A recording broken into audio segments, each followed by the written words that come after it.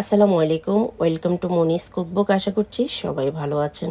আজকে আমি খুবই সিম্পল করে বেগুন দিয়ে রুই মাছের একটি রেসিপি করছি আর আপনাদের সঙ্গে শেয়ার করব। চলুন যাই রেসিপিতে। এখানে আমি চুলায় পাতিল বসিয়ে দিয়ে পরিমাণ মতো তেল দিয়ে দিয়েছি, আর তেল গরম হয়ে আসলে আমি হাফ চা চামচের মতো গোটা জিরা দিয়ে দিয়েছি। জিরাটা যখন ভাজা ভাজা হয়ে যাবে আমি তখন 1 কাপ পরিমাণ পেঁয়াজ কুচি দিয়ে দিয়েছি।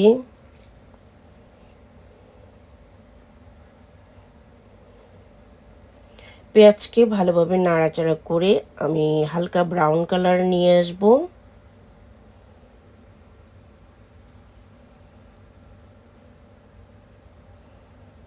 আমি এখন হালকা ব্রাউন হয়ে এসেছে, কিছুটা পানি অ্যাড করে দিচ্ছি।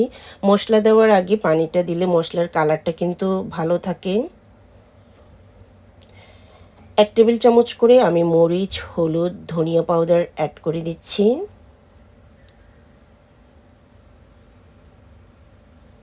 সেই সঙ্গে অ্যাড করে দিয়েছি স্বাদ মতো লবণ। এখন আমি মশলাকে ভালোভাবে কষিয়ে নিব।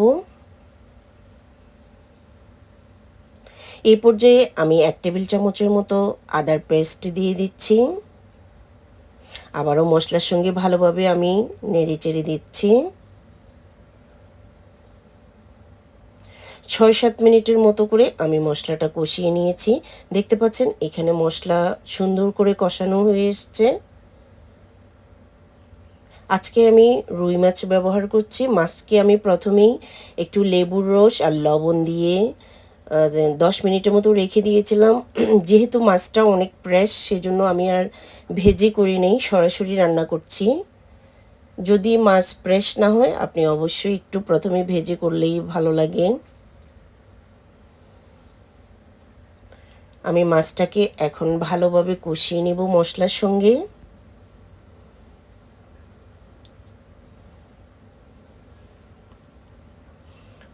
কভার করে দিয়ে আমি মাছকে কষিয়ে নিয়েছি প্রায় 6-7 মিনিটের মতো। এখন আমি উঠিয়ে নিচ্ছি। আমার রেসিপিগুলি যদি ভালো লেগে থাকে অবশ্যই আমার রেসিপিগুলি একটু শেয়ার করে দিবেন প্লিজ। আর পুরো ভিডিওটা দেখে লাইক এবং সাবস্ক্রাইব করবেন। এখন আমি বেগুন কেটে রেখেছিলাম এরকম সাইজ করে। এখন আমি বেগুনটাকে প্রথমে দিয়ে দিচ্ছি।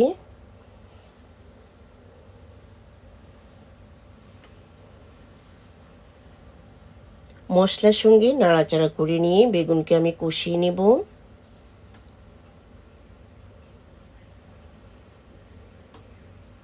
আপনারা চাইলে বেগুনের সাইজগুলি আরও একটু ছোট রাখতে পারেন। যেহেতু বেগুন খুব সহজে সিদ্ধ হয়ে যায় সেজন্য আমি অতটা ছোট করিনি। দেখতে পাচ্ছেন আমার বেগুনগুলি রান্না হয়ে গেছে, অনেকখানি কষানো হয়ে গেছে। এখন আমি অ্যাড করে দিচ্ছি সেই তুলে রাখা মাছগুলি।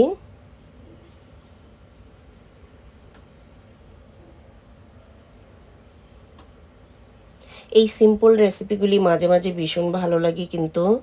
এখন আমি বড় একটি টমেটো স্লাইস করে দিয়ে দিচ্ছি। শেষেতে এখন আমি দিয়ে দিচ্ছি একদম টকবকে গরম পানি ঝোলের জন্য। ঝোলটা আপনারা আপনাদের পছন্দ মতো রাখতে পারেন, যে যতটুকু রাখতে চান। আবারও আমি 5 to 6 মিনিটের মতো কুক করে নেব। আমি আজকের এই তরকারিতে ঝোলটা এরকমই রাখতে চাচ্ছি। এখন আমি হাফ টিস্পুনের মতো ভাজা জিরার গুঁড়া দিয়ে দিচ্ছি। বেগুনের সাথে জিরার গুঁড়াটা কিন্তু খুব ভালো লাগে। আর দিয়ে দিচ্ছি আমি একদম ফ্রেশ ধনিয়া পাতা কুচি। আমি 2 মিনিটের মতো রান্না করে নামিয়ে নিব, চুলা বন্ধ করে দিব। তৈরি হয়ে গেছে আমার রান্নাটা। যদি আমার আজকের রেসিপিটি ভালো লেগে থাকে অবশ্যই লাইক, কমেন্ট, শেয়ার করতে ভুলবেন না। দেখা হবে অন্য কোনো নেক্সট ভিডিওতে। সেই পর্যন্ত সবাই ভালো থাকবেন, সুস্থ থাকবেন। আল্লাহ হাফেজ। আসসালামু আলাইকুম।